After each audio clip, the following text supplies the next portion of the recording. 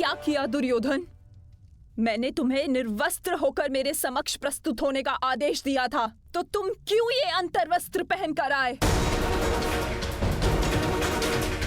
माताश्री, बहना, क्या हुआ? क्या हुआ? क्या हुआ बहना? महादेव के वरदान का उपयोग करने के लिए मैंने दुर्योधन को निर्वस्त्र मेरे समक्ष प्रस्तुत होने का आदेश दिया था, ताकि इसका सारा शरीर वज्र का बन जाए। परंतु ये क्यों किया दुर्योधन? ऐसा क्यों किया?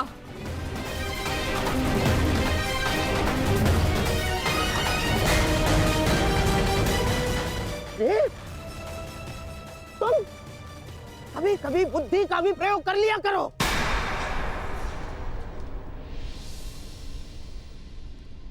क्या कह रहे हैं मामाश्री? आप ही ने तो मुझसे कहा था कि माता के समक्ष पूर्णतः निर्वस्त्र होकर नहीं जाना चाहिए। आप ही ने कहा था। मैंने कहा? मूर्ख हो गए हो तुम। मैं कब मिला तुमसे? और ये सब कुछ मैंने नहीं कहा है तुमसे। नहीं, यदि आप मुझसे नहीं मिले तो वो कौन था?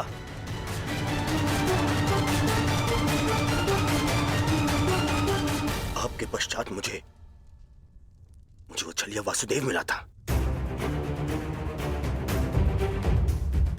वो छलिया कृष्ण।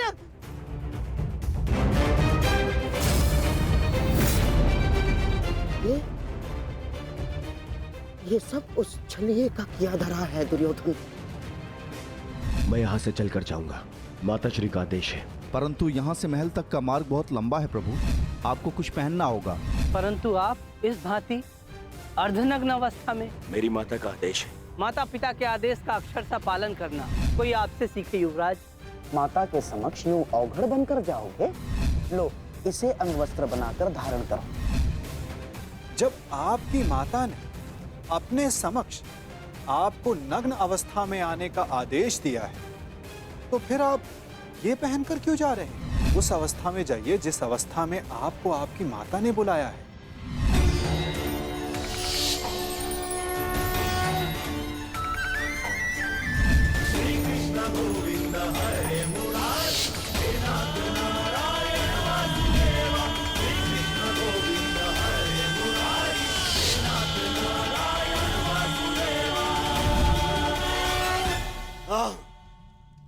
ये सब उसी के कारण हुआ है। मैं उसे नहीं छोड़ूंगा। मैं उसे जीवित नहीं छोड़ूंगा। जीवित नहीं छोड़ूंगा मैं उसे। बहना, बहना, मुझे ऐसा लगता है कि अभी भी समय शेष है। एक बार मेरे होने वाले सम्राट को पुनः देख लो। दुर्योधन, उतारो तुम्हारे ये अंतर्वस्त्र, उतारो। अरे तुम समझ सकते?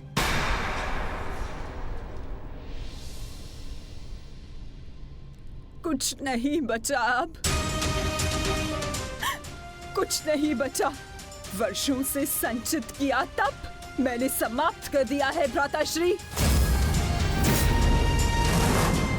इसके पश्चात कुछ नहीं हो सकता।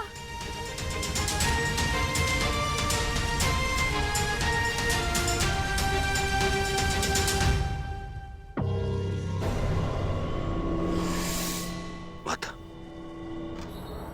मुझे क्षमा कर दीजिए, परंतु जितना आपने दिया वो पर्याप्त है। माता, मेरे मित्र का प्रतिशोध लेने के लिए, उन पांडवों का अंत करने के लिए इतना भी पर्याप्त है। माता, कमर से ऊपर सब कुछ वज्र का बन गया है माता, और नियम अनुसार भीम कमर से नीचे गदावार नहीं कर सकता।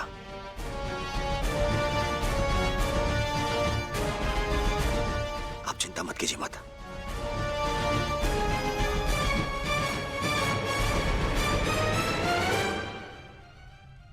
मुझे मेरे युद्ध के लिए सज्ज होना है।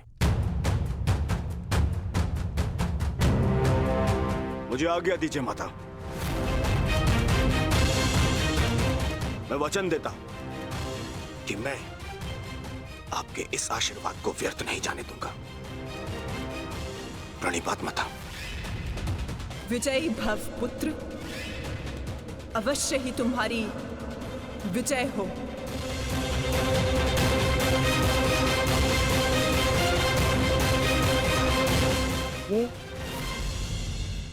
ये सारा खेल उस छलिए कृष्ण का रचा हुआ है बहना। इसीलिए इस समय उसके मस्तिष्क में कोई ना कोई चाल तो अवश्य चल रही होगी। आप कहना क्या चाहते हैं भ्राताश्री? इसने जरासंध जैसे महायोद्धा के 2 टुकड़े करवा दिए।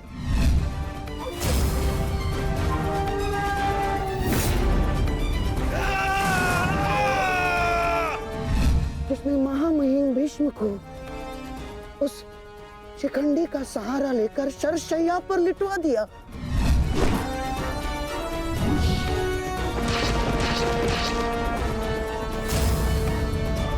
जिसने महाधनुर्धर अंगराज कर्ण का वध करवा दिया बहना। मुक्त करो अंगराज को पार्थ, अंजलि का अस्त्र का प्रयोग करो।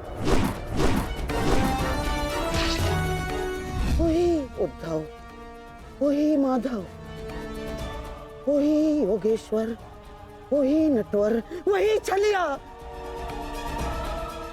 उसके मस्तिष्क में इस समय कोई ना कोई योजना अवश्य चल रही होगी। नहीं, इस बार मैं कृष्ण को कोई छल नहीं करने दूंगी। समय आ गया है। आज के महायुद्ध के लिए सज्ज हो जाओ।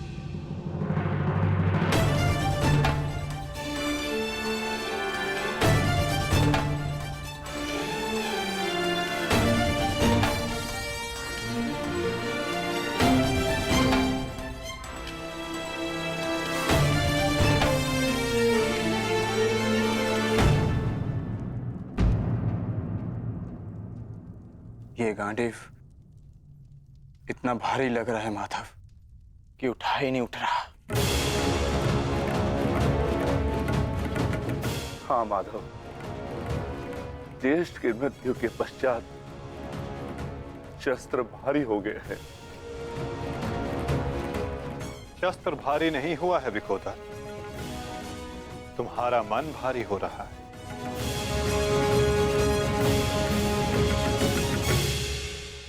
शस्त्र भारी नहीं हुआ है विकोदर, तुम्हारा मन भारी हो रहा है।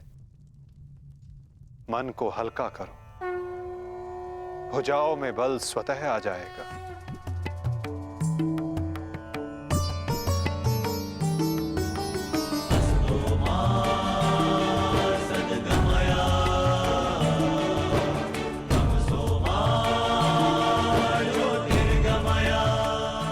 तुम सब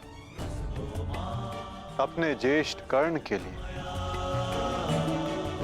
उनके मन की इच्छा, उनके लक्ष्य को पूर्ण करके अपने मन को हल्का कर सकते हो। कर्ण के पश्चात अब तुम सबको उसके परिवर्तन के लिए ये युद्ध करना होगा।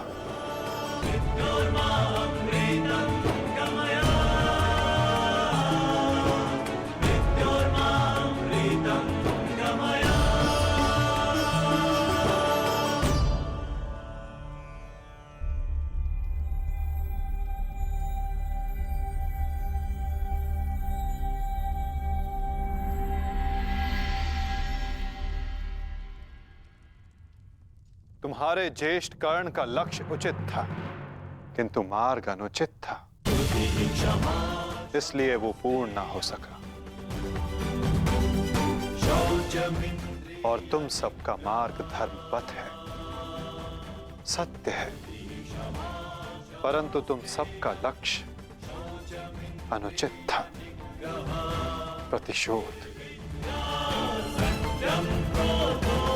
अब उचित मार्ग पे चलकर उचित लक्ष्य के लिए युद्ध करो, परिवर्तन के लिए युद्ध करो, और यही तुम्हारे ज्येष्ठ कर्ण के लिए सत्य में उचित श्रद्धांजलि होगी।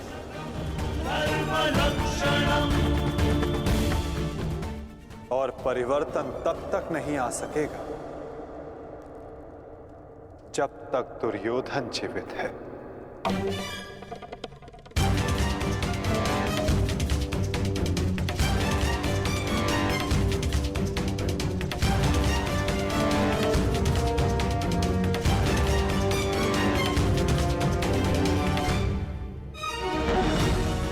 कर्ण के पश्चात अब भी युद्ध भूमि में कुछ अपने हैं जो तुम सब के विरुद्ध खड़े होंगे। कर्ण का शरीर भले ही नष्ट हो गया, परंतु कर्ण की आत्मा, कर्ण की सोच अभी भी जीवित है, और ये सोच बहुत कुछ जीवित कर देती है।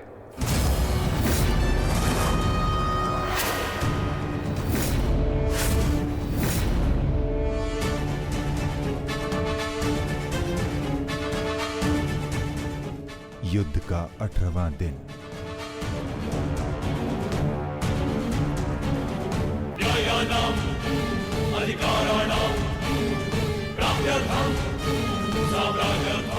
कर्ण उस दीपक की भांति है जो बुझने से पूर्व दूसरे दीपक को प्रकाश दे जाता है और फिर उस प्रकाश में लौट कर आता है।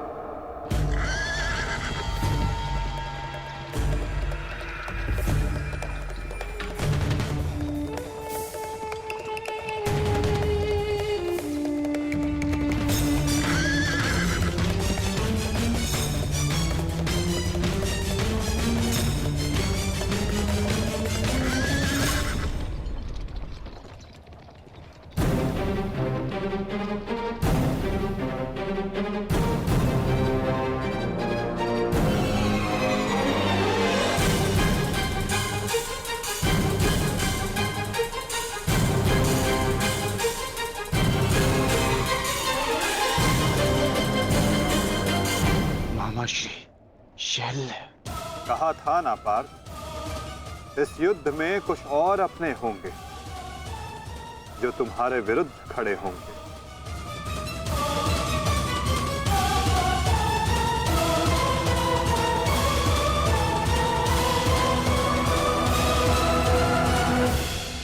मैं जानता हूं मैं अंगराज नहीं बन सकता, परंतु मद्राज की साहस का दर्शन अवश्य होगा। मैं वचन देता हूं, जो मैं सारथी बन के नहीं कर पाया वो अब मैं अपने रथी के रथ पर आरूढ़ होकर अवश्य करूंगा। ये मेरा वचन है। मैं वचन देता हूं कि आज का दिन सदा स्मरण रखा जाएगा। न बंधु न सखा, न बहन न कोई भांजा, आज शल्य के लक्ष्य में कोई बाधा नहीं बनेगा। आज शल्य प्रायश्चित करेगा एक महान योद्धा के मृत्यु के सहायक होने के अपराध में। आज शल्य प्रायश्चित करेगा अपने अपराध का।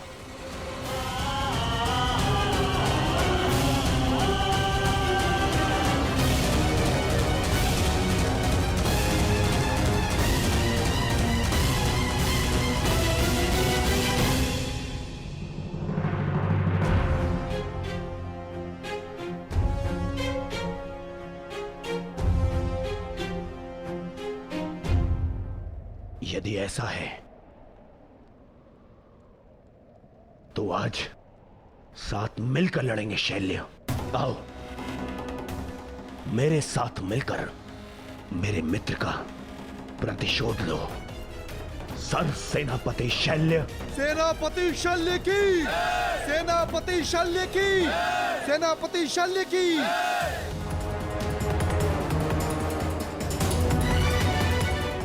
आज तुम बाण होगे और मैं ढाल।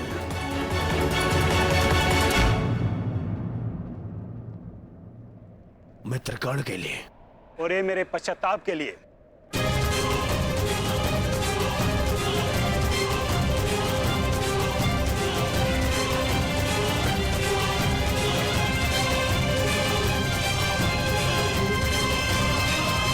आक्रमण!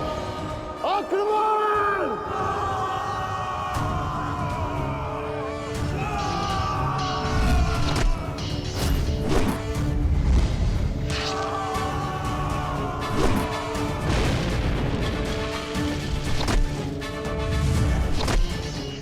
ये महारथी कर्ण के नाम।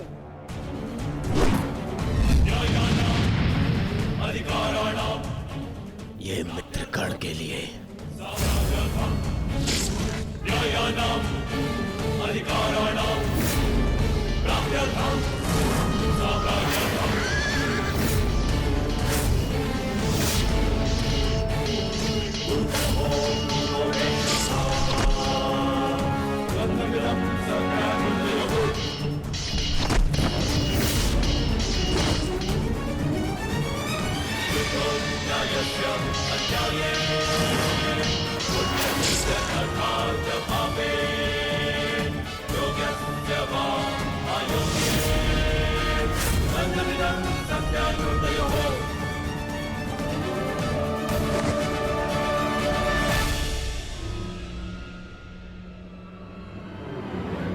क्यों पार्थ,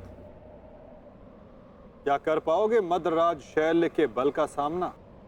रथ को मदरराज और दुर्योधन की ओर ले चलिए माधव।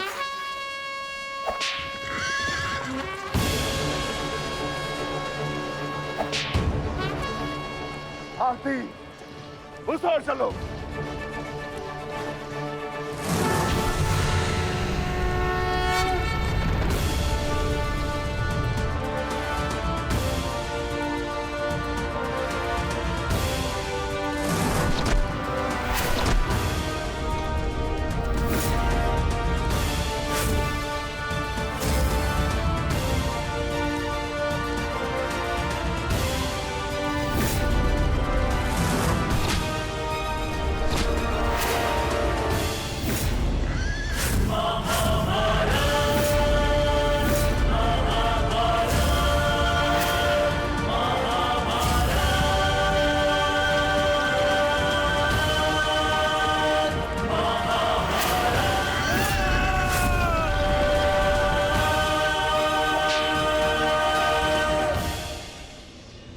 शत्रु पे प्रहार करने से पूर्व उसका बल और कौशल दोनों आंख लेना चाहिए। मूर्ख!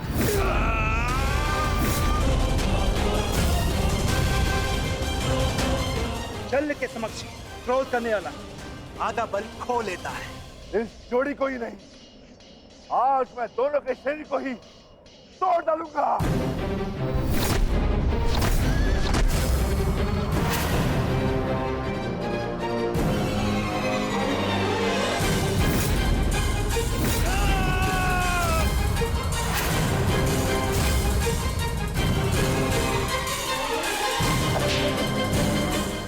निर्बल को हराकर कोई महायोद्धा नहीं हो जाता है मामा श्री शल्य। यदि साहस है तो मुझसे द्वंद्व कीजिए। भांजा कुछ मांगे तो मामा को दे देना चाहिए, ये उसका कर्तव्य है। और लाड भी, जैसे तुम्हारी इच्छा अर्जुन।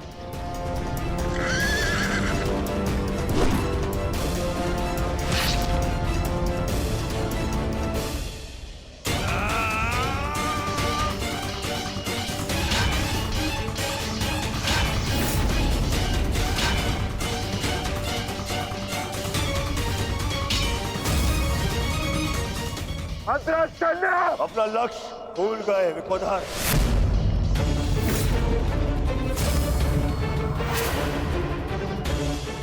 मेरे 99 भाइयों के पश्चात मैं तो हूं तुम्हारा लक्ष्य। यार की जब मृत्यु आती है ना तो गांव की ओर भागता है। तुम्हें तुम्हारा अंत क्या खींचना है दुर्योधन? सावधान दुर्योधन।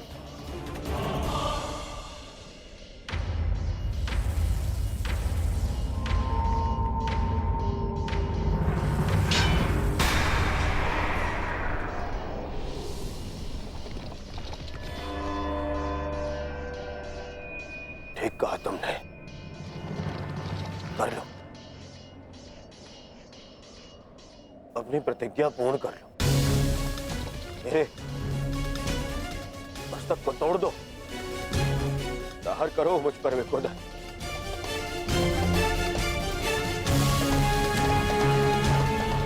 अब ही वध कर दो मेरा।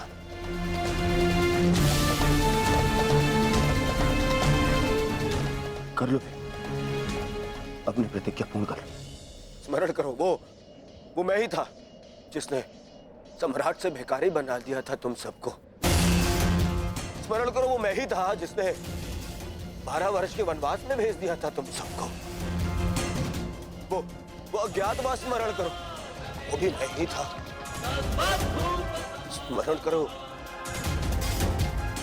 द्रौपदी का वस्त्र हरण, वो भी मैं ही था। और अभिमन्यु का वध, वो भी स्मरण करो, वो भी मैं ही था। मार दो मुझे, अपना प्रतिकार लो, मुझे मार दो। ऐसे भी मेरे 99 भाई और मेरे मित्र के चले जाने के पश्चात